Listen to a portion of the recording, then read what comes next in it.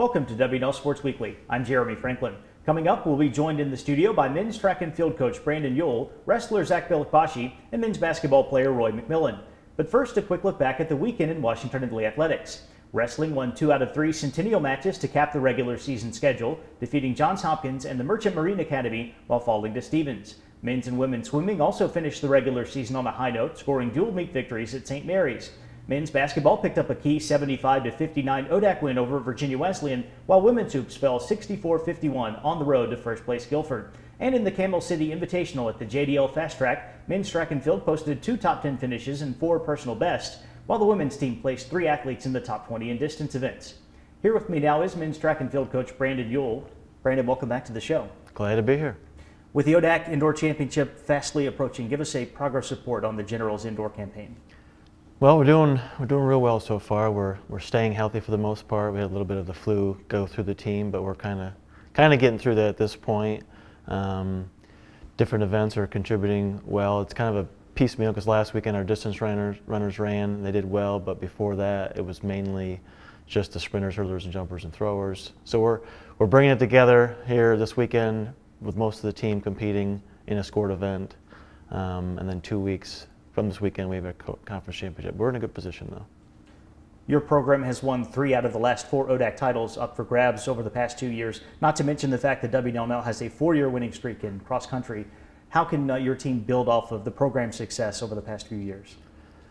Well, definitely having that success, it kind of breeds success, over the years, and cross country seems to set the tone every year with 4 straight. So then that momentum carries into our indoor season, and then obviously the last 2 years, we've won indoor and we've carried into outdoor. But there's just a certain culture. The leaders within the team now, they know the expectations. They know what it takes, day after day, the work it takes in the off season, which really for us isn't much of an off season, but just the mentality of what it takes and the consistency that it takes to be successful is there now more than it's ever been. What are the team's goals over the next couple of weeks as you prep for the ODAC championship? I would say being healthy, staying healthy, and then just consistently preparing each day with purpose, with the goal in mind that we want to obviously be, conference champions in a couple weeks. And I think this weekend will be a good indicator of kind of where we're at as a team, being a rare scored event, but being healthy, being consistent in our preparation, and keep it all in perspective. And that's what I talked to the team about a lot, is keep it in perspective, enjoying what we're doing, and that it can be a grind sometimes, but we definitely want to be able to enjoy it, and I think we're in a good position for that. What's the scouting report on the conference this year? The usuals. Lynchburg will be better than they have been. Bridgewater will be as solid as they've ever been, and I like to think that we're going to be in position as well. There's other schools that are going to definitely have some individuals that will play a factor in the scoring, probably more so than before, at least on paper right now. But the 3 teams, as far as the team championship, I would say would be Lynchburg, Bridgewater, and us, hopefully. Brandon, thank you for joining us. Best of luck with the rest of the year. Thanks for having me. I'm now joined by Zach Bylykbashi, senior wrestler from Southington, Connecticut. Zach, welcome back to the show. Thanks for having me. W&L had 12 dual meet victories during the regular season, the team's most since 1984-85. What has led to such a successful regular season for the team? I think the biggest thing that's led to our success has been built up over the last 4 years that I've been here. Coach Shearer has really done a great job of building a great culture through recruiting and then the team environment. So I think that that's grown and progressed, and having individual success and growing that team success has also gotten us more recruits who have come in right away and stepped in and done a great job of competing. So the team has grown through coach's plan, basically, of laying out this is what we want to do here, and this is what we want these people here, and everything is just coming to place. And the leaders have done a great job of also communicating that environment and culture to the freshmen so that they got the message right away when they came in, and it's been a big success. I want to talk a little bit more about that transformation from individuals like yourself having success into team success this year. What has it been like for you to be a part of that progression during your time on campus? It's been awesome. Individual success is nice, but to have it complemented with the team success is just that much more special. I remember my freshman year here, we had 4 or 5 guys in the lineup, and we're 0-8 in the conference dual season. And that was a very hard thing to navigate through mentally when it really became individualized. But now to have the team stakes on the line and have all this team success and other guys having all this great success, it's really just built up our, like I said earlier, our team culture and just having this winning mindset and wanting to do well, not just for yourself, but also for the team. So, and it's also grown for us on campus as well. I think that people are starting to recognize that W&L wrestling is becoming a big thing. We're now in the national rankings, which has been awesome and something I didn't really imagine my freshman year we'd have. So it's kind of cool to finally have that status on campus as well as nationally in the wrestling community and just for ourselves as well. Among other accomplishments, you've qualified for the NCAA Championship twice during your career. What kind of lessons have you learned from those experiences, especially things that you could maybe pass on to some of your younger teammates as they get ready for the postseason? Yeah, the lessons I've learned from those experiences is that all that really matters at the end of the day is what you do at the regional tournament and then what you do at the national tournament.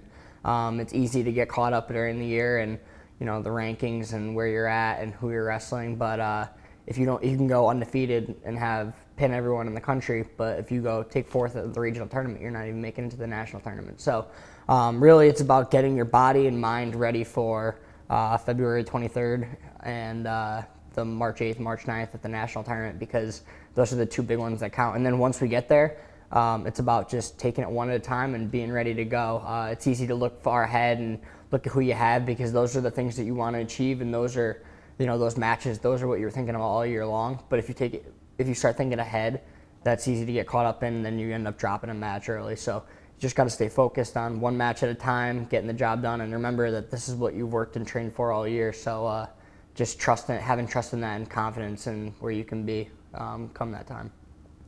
What are the Generals' expectations for the Centennial Conference meet this weekend? Our expectations are to go out there and just keep wrestling the way we've been wrestling. Staying in the center of the mat, being aggressive, physical, and taking it to guys. There's no reason to deviate from that plan that we've had success with all year. And I think that if we follow that plan and everyone shows up to wrestle, there's no reason we can't end the day on top as conference champs. It'll really be us and Stevens and the dual meet schedule. We did a good job of kind of taking it to a lot of those teams, even with a little banged up lineup.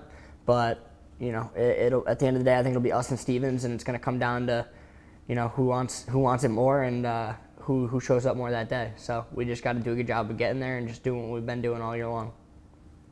Zach, thanks for joining us. Best of luck at the conference meet this weekend. Thank you for having me. With me in the studio is Roy McMillan, senior basketball player from Raleigh, North Carolina. Roy, thanks for being here. Thanks for having me. The Generals struggled a bit at the end of January, but you got a great win against Virginia Wesleyan at home on Saturday. What led to such a good performance against the Marlins? It was definitely our defense and our rebounding effort. Valwez was a team that beat us earlier in the year. And when you look at how they beat us, they got 21 offensive rebounds that game. So we knew we were going to have to come in, play a lot tougher. We put an emphasis on that in practice and our defense, and both those things carried over to the game. Over the past two seasons, W&L has put up some impressive numbers on offense, but as you said, it was defense that won you the game against Virginia Wesleyan. How does the team approach things on that end of the floor? We trust that we got a lot of guys who are versatile defenders, can guard a lot of positions. And we got two players, one Mark Lamondola, a freshman on the team. He's a great on-ball defender. And Curtis Mitchell, sophomore, down low. We've kind of tried to funnel everything towards him, and he blocks a lot of shots for us. And they both kind of spearhead our defense. You were the third leading scorer on the team last season. You're currently third in the conference, averaging over 18 points a game this year. How have you adapted to maybe a little bit of a different role as such a big offensive weapon? Yeah, well, as a senior, you're naturally going to get a little more responsibility, but you're also going to be more comfortable with that, I think, just because you've been in the program for 3 years already. And our team is really well balanced, so they take a lot of pressure off me. We've got shooters like Will Brueggemann, Kevin Denon, and Devin Kearns does a good job of really pushing the pace and finding teammates. So it helps that we got guys like that. The regular season is winding down. The ODAC tournament is approaching now. What are the keys to playing your best basketball over the next few weeks? I think it's that we don't get complacent, especially after wins like we had on Saturday. We know we're going to have to come in every game and play hard to win. But also it's just embracing the moment, enjoying the last few games that we have left with each other, and not taking any second of it for granted. Roy, thank you again for being here. Good luck with the rest of the year. Thank you for having me. Here's a look at the upcoming weekend. On Friday, track and field will take part in VMI's Winter Relays. Saturday brings the first of the Winter Conference Championships as the wrestling team heads to Kings Point, New York for the Centennial meet. 2 spring teams begin their seasons on Saturday. Baseball visits Averett for a doubleheader, and the 12th ranked men's lacrosse team hits the road to face number 7 York. Men's basketball plays host to Ferrum, while track and field will compete at the Noke Elite Meet in Salem.